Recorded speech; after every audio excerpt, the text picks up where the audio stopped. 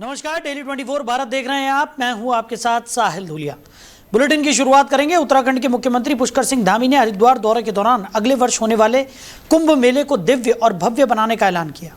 वहीं बद्रीनाथ धाम चढ़ावा मामले में उन्होंने दोषियों के खिलाफ सख्त कार्रवाई का भरोसा दिलाया। हरिद्वार पहुंचे मुख्यमंत्री पुष्कर सिंह धामी ने प्रेमनगर आश्रम में मुरारी बापू की श्री राम कथा के समापन समारोह में हिस्सा लिया। इस दौरान उन्होंने कहा कि मुरारी बापू अपने प्रवचनों से सनातन संस्कृति और भारतीय मूल्यों को मजबूत करने का कार्य कर रहे हैं। मुख्यमंत्री ने कहा कि अगले वर्ष होने वाला हरिद्वार कुंभ मेला दिव्य, भव्य और सुव्यवस्थित तरीके से आयोजित किया जाएगा। बद्रीनाथ धाम में चढ़ावा मामले पर मुख्यमंत्री ने सख्त रुख अपनाते हुए कहा कि इस तरह की घटना किसी भी कीमत पर बर्दाश्त नहीं की जाएगी। उन्होंने कहा कि मामले की निष्पक्ष जांच जारी है और जो भी दोषी पाया जाएगा उसके खिलाफ कड़ी कानूनी कार्रवाई की जाएगी। कुंभ मेले की तैयारियों को लेकर सरकार ने अभी से कमर कस ली है। वहीं बद्रीनाथ चढ़ावा मामले में मुख्यमंत्री के सख्त संदेश के बाद अब जांच के नतीजों और आगे की कार्रवाई पर सभी की नजरें टिकी हुई हैं।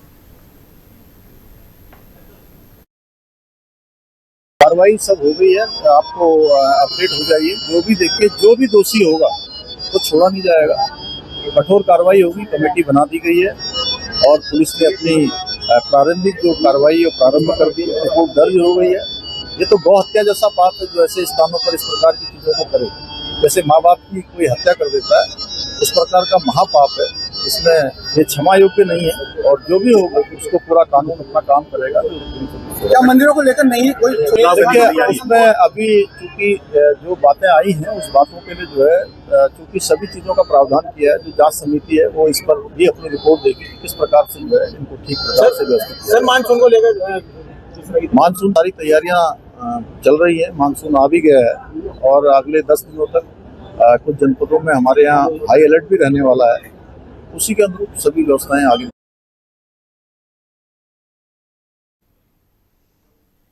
वहीं देश के कई राज्यों में लगातार हो रही मूसलाधार बारिश ने जनजीवन को बुरी तरह से प्रभावित कर दिया है। जम्मू कश्मीर, हिमाचल प्रदेश, महाराष्ट्र, हरियाणा, केरल समेत कई राज्यों में बाढ़, जलभराव, भूस्खलन और सड़क हादसों की घटनाएं सामने आई हैं। कई स्थानों पर नदियां उफान पर हैं, जबकि प्रशासन राहत एवं बचाव कार्यों में जुटा हुआ है। जम्मू कश्मीर में लगातार हो रही भारी बारिश के बीच केंद्रीय गृह मंत्री अमित शाह ने मुख्यमंत्री उमर अब्दुल्ला से फोन पर बात कर हालातों की जानकारी ली। गृह मंत्री ने प्रभावित क्षेत्रों की स्थिति की समीक्षा करते हुए केंद्र सरकार की ओर से हर संभव सहायता का भरोसा दिलाया। राज्य प्रशासन ने संवेदनशील इलाकों में निगरानी बढ़ा दी है और राहत एवं बचाव एजेंसियों को अलर्ट पर रखा है। वहीं हिमाचल प्रदेश की राजधानी शिमला में लगातार बारिश के कारण एक पहाड़ी का हिस्सा ढह गया, जिससे लोगों में दहशत फैल गई। कई इलाकों में भूस्खलन की घटनाओं के चलते सड़क संपर्क भी प्रभावित हुआ है। दूसरी ओर मुंबई, गुरुग्राम और केरल के कई हिस्सों में जलभराव से यातायात बाधित है और आम जनजीवन प्रभावित हुआ है।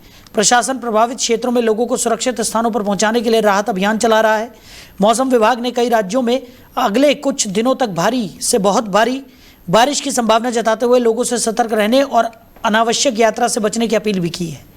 केंद्र और राज्य सरकारें हालातों पर लगातार नजर बनाए हुए हैं और आपदा प्रबंधन की टीमें पूरी तरह सक्रिय हैं।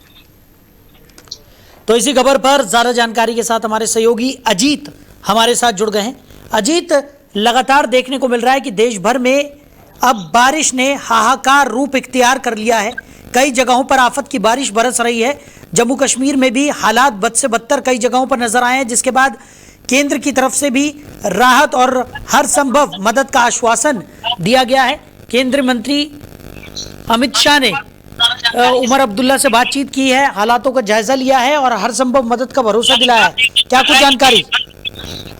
देखिए, बिल्कुल आपको बता दें, फिलहाल बारिश के कारण देश के हालात जो है वो ठीक नहीं है और दरअसल देश के कई राज्यों में लगातार हो रही मूसलाधार बारिश ने जनजीवन बिल्कुल अस्त व्यस्त करके रख दिया है, जिससे काफी लोग इससे प्रभावित भी हो रहे हैं। जम्मू कश्मीर, हिमाचल प्रदेश, महाराष्ट्र, हरियाणा, केरल समेत कई राज्यों में बाढ़ जैसे हालात हो गए हैं, जल भराव की स्थिति हो गई है, भूस्खलन और सड़क हादसों की घटनाएं भी लगातार सामने आ रही है। कई स्थानों पर नदियां उफान पर है, तो जबकि कि प्रशासन राहत एवं बचाव कार्यों में जुटा हुआ है। जम्मू कश्मीर में भी लगातार हो रही भारी बारिश के बीच केंद्रीय गृह मंत्री अमित शाह ने मुख्यमंत्री उमर अब्दुल्ला से फोन पर बात कर हालात की जानकारी ली है। गृह मंत्री ने प्रभावित क्षेत्रों की स्थिति की समीक्षा करते हुए केंद्र सरकार की ओर से हर संभव सहायता का भरोसा भी दिलाया है।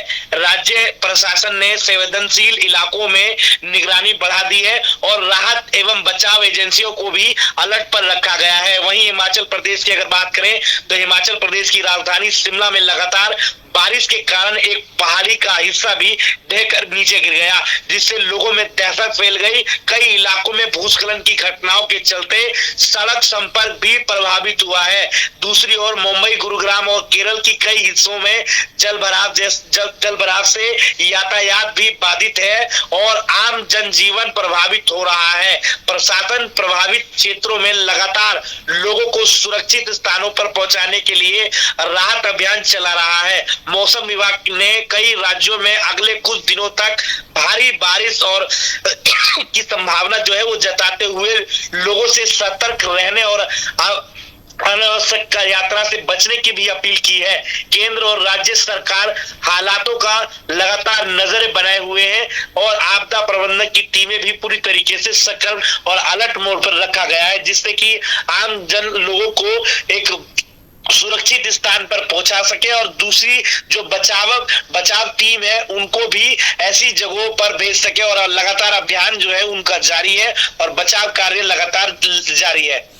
बिल्कुल। और कई जगहों की अगर हम बात करें, खासकर जम्मू कश्मीर की अगर हम बात करें या महाराष्ट्र की हम बात करें, क्योंकि महाराष्ट्र में भी स्थितियां बद से बदतर नजर आई थी।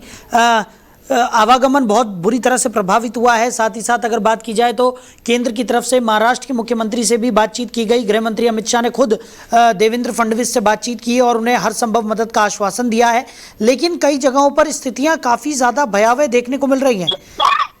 देखिए, बिल्कुल अगर यही हालात रहे, लगातार बारिश का जो सितम है वो लगातार अगर जारी रहता है तो ये कहीं ना कहीं एक बुरे संकेत की तरफ ले जा रहा है, जहां पर लोगों को सतर्क रहने की जरूरत है। दूसरी तरफ लोगों से ये भी अपील लगातार किया जा रहा है, जहां जहां रेड जोन अलर्ट किया गया है वहां पर सतर्क रहने की जरूरत है।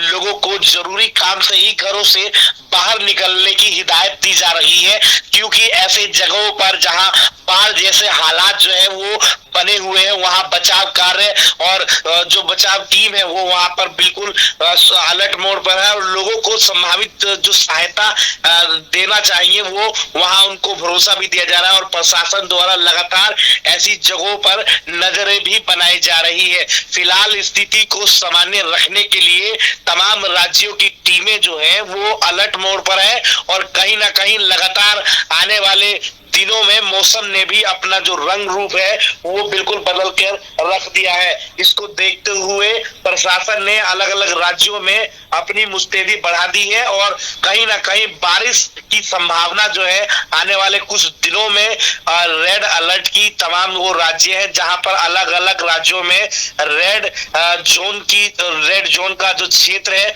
वो भी घोषित किया गया है। लगातार बारिश का जो सितम है वो जारी है और लगातार आने वाले दिनों में भी बारिश की भारी आशंका जताई जा रही है, जिस वजह से जल जीवन पूरी तरीके से प्रभावित नजर आ रहा है। बिल्कुल। और अजीत, जिस तरीके से मौसम विभाग की बात हम कर रहे थे कि लगातार कई जगहों के लिए अलर्ट जारी किया गया है, मौसम विभाग का क्या कुछ कहना है कि कब तक थोड़ी बहुत राहत मिलने की उम्मीद है, क्योंकि अभी तो फिलहाल बारिश जो है वो कहर बनकर बरस रही है।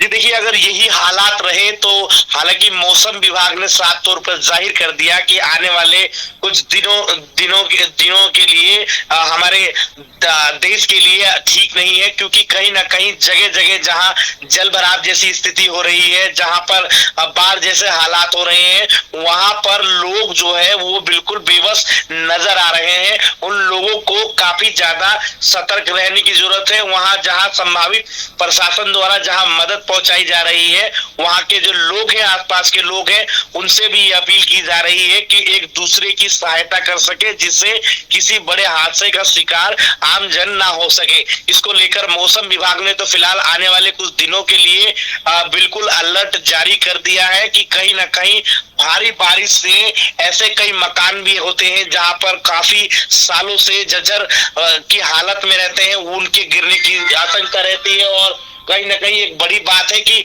ऐसी जगहों पर नजर बनाए रखते हैं कि जहां पर एक बड़ा हादसा ना हो सके, और स्थिति सामान्य करने के लिए लगातार प्रशासन द्वारा, जिले के जो प्रशासन है वो भी अलर्ट जो है उन्होंने किया हुआ है। फिलहाल अभी देखना होगा कि आने वाले दिनों में किस तरीके से बारिश का जो हालात है वो उस पर निर्भर करता है कि मौसम विभाग जिस तरीके से बता रहा है कि 10 तारीख तक जो बारिश का अलर्ट है वो काफी ज्यादा देखने को मिलने वाला है। चलिए अजीत, हमारे साथ जुड़ने के लिए, इस तमाम जानकारी के लिए आपका बहुत शुक्रिया। तो बारिश का कहर कई जगहों पर साफ तौर पर देखने को मिल रहा है। जम्मू कश्मीर में भी हालात काफ़ी ज़्यादा गंभीर बन गए हैं, वहीं महाराष्ट्र में भी स्थितियां बद से बदतर हैं। केंद्र की तरफ से हर संभव मदद का आश्वासन दिया गया है। महाराष्ट्र के मुख्यमंत्री देवेंद्र फडणवीस और जम्मू कश्मीर के मुख्यमंत्री उमर अब्दुल्ला से बातचीत गृह मंत्री अमित शाह ने की और हर संभव मदद का भरोसा भी दिया। वहीं राम मंदिर दान चोरी मामले में जांच के दौरान बड़ा खुलासा हुआ है। पुलिस ने आरोपियों की निशानदेही पर श्री राम जन्मभूमि तीर्थ क्षेत्र ट्रस्ट के नाम से तैयार की गई पुरानी फर्जी चंदा रसीद बुक बरामद कर ली है। सूत्रों के मुताबिक आरोपियों ने पूछताछ में स्वीकार किया कि वो श्रद्धालुओं से दान के नाम पर रकम लेकर फर्जी रसीदें थमा देते थे ताकि किसी को शक न हो। तो बरामद रसीदों पर ट्रस्ट का लोगो भी छपा था और वो असली रसीद जैसी दिखाई देती थी। सूत्रों के अनुसार ऑनलाइन रसीद व्यवस्था लागू होने के बाद फर्जी रसीदों का इस्तेमाल बंद कर दिया गया था। वहीं मामले में यह आरोप भी सामने आया कि चोरी की जानकारी पहले ही मिल जाने के बावजूद तत्काल एफआईआर दर्ज नहीं कराई गई। इसी वजह से तत्कालीन महासचिव चंपत राय की भूमिका पर भी सवाल उठ रहे हैं। हालांकि इन आरोपों की आधिकारिक पुष्टि नहीं हुई है। फिलहाल पुलिस पूरे मामले की जाँच कर रही है और आगे की कार्रवाई जारी है। बताया जा रहा है कि अनुकल्प में चोरी के पैसों से डिजाइनर गाड़ी खरीदी थी, उसने एक स्कॉर्पियो भी बुक की थी। वहीं आरोपी लवकुश ने अपनी पत्नी सुप्रिया मिश्रा के नाम पर जमीन खरीदी थी जिस पर वो 3 मंजिला इमारत बना रहा था। पुलिस इन सभी आरोपियों से इनकी प्रॉपर्टी, संपत्ति, इनके बैंक खातों के बारे में पूछताछ कर रही है। पूछताछ के बाद आरोपियों को इनके ठिकानों पर लेकर जाया जा सकता है।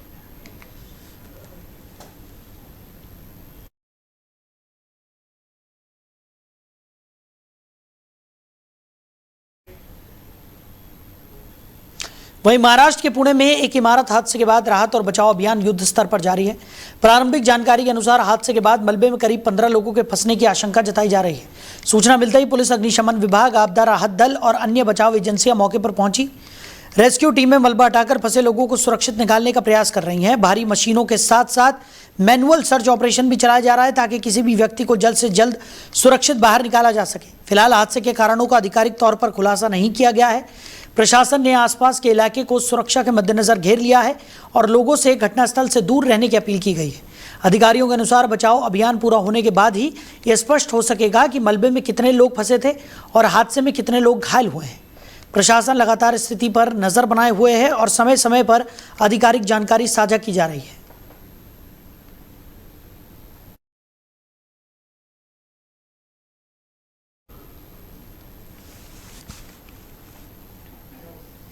वहीं नीट पेपर लीक मामले में जांच एजेंसियों को बड़ी राहत मिली है। अदालत ने मामले के 2 आरोपियों पीवी कुलकर्णी और शिवराज की हिरासत 11 जुलाई तक बढ़ा दी है। जांच एजेंसियों ने कोर्ट से अतिरिक्त समय की मांग करते हुए कहा कि मामले से जुड़े कई महत्वपूर्ण पहलुओं की जांच अभी भी जारी है।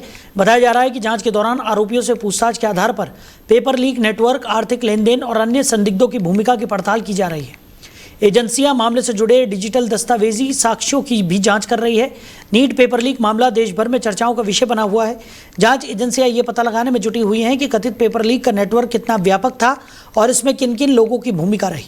अदालत की तरफ से हिरासत बढ़ाए जाने के बाद अब जांच टीम को आगे की पूछताछ और साक्ष्य जुटाने के लिए अतिरिक्त समय मिल गया है। फिलहाल मामले की जाँच जारी है और एजेंसियों की ओर से आगे की कार्रवाई जाँच में सामने आने वाले तथ्यों के आधार पर की जाएगी।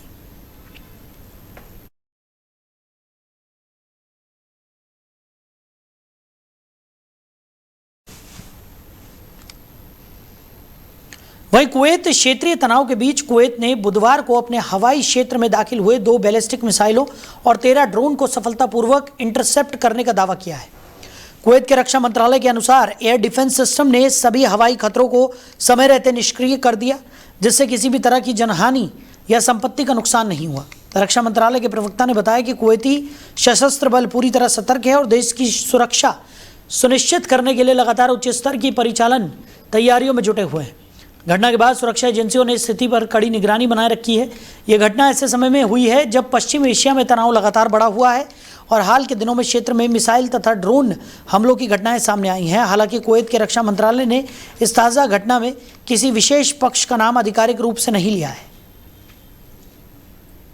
वहीं पश्चिम बंगाल के बुरईपुर दुष्कर्म और मर्डर केस के आरोपी प्रभास मंडल की पुलिस मुठभेड़ में मौत के बाद उसकी मां का भावुक बयान सामने आया। उन्होंने अपने बेटे के कथित अपराध की निंदा करते हुए कहा कि उसने गलत किया था और उसे उसके कर्मों की सजा मिल चुकी है। उन्होंने ये भी कहा कि वो अपने बेटे का शव लेने नहीं जाएंगी। आरोपी की मां के अनुसार बुधवार सुबह 2 पुलिसकर्मी उनके घर पहुंचे और उनके बेटे की मौत की जानकारी दी। पुलिस ने पूछा कि क्या वो अस्पताल जाना चाहती हैं, लेकिन उन्होंने पति की खराब तबीयत का हवाला देते हुए जाने से इनकार कर दिया। उन्होंने कहा कि पुलिस और कानून जो उचित समझे वही करे। उनके अनुसार उनके बेटे ने गंभीर अपराध किया था और अब उसे उसके लिए सजा मिल गई है। उन्होंने स्पष्ट किया कि वो ना तो शव लेने जाएंगी और ना ही किसी तरह की मांग या अपील करेंगी। बुरईपुर रेप और मर्डर केस ने पूरे क्षेत्र में व्यापक आक्रोश पैदा किया था। वहीं पुलिस मुठभेड़ की परिस्थितियों और उससे जुड़ी जांच की प्रक्रिया अलग विषय है, जिस पर संबंधित एजेंसियां नियमानुसार कार्रवाई कर रही हैं।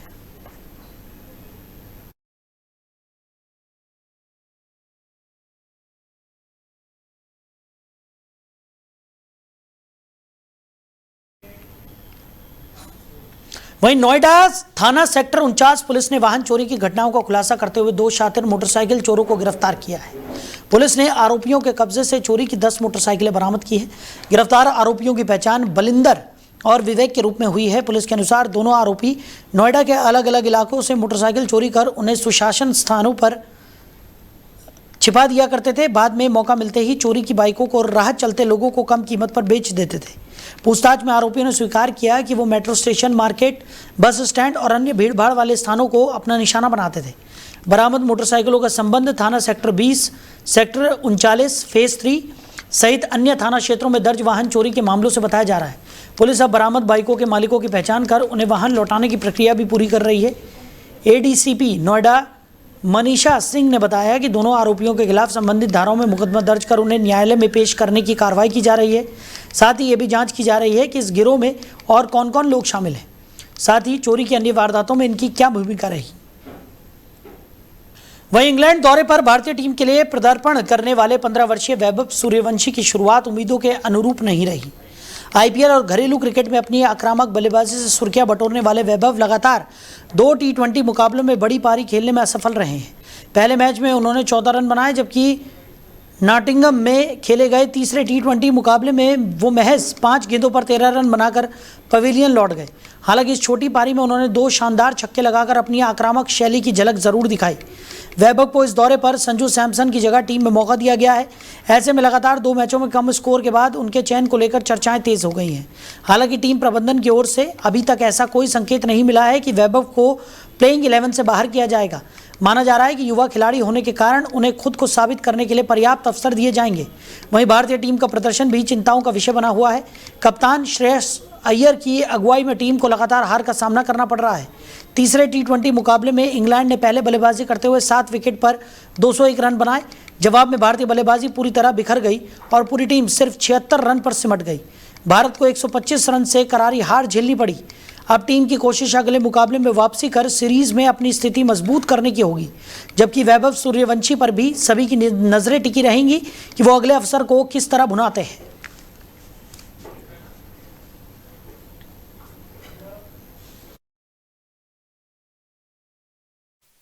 तो फिलहाल इस बुलेटिन में मेरे साथ इतना ही। आप बने रहिए और देखते रहिए डेली 24 भारत। नमस्कार।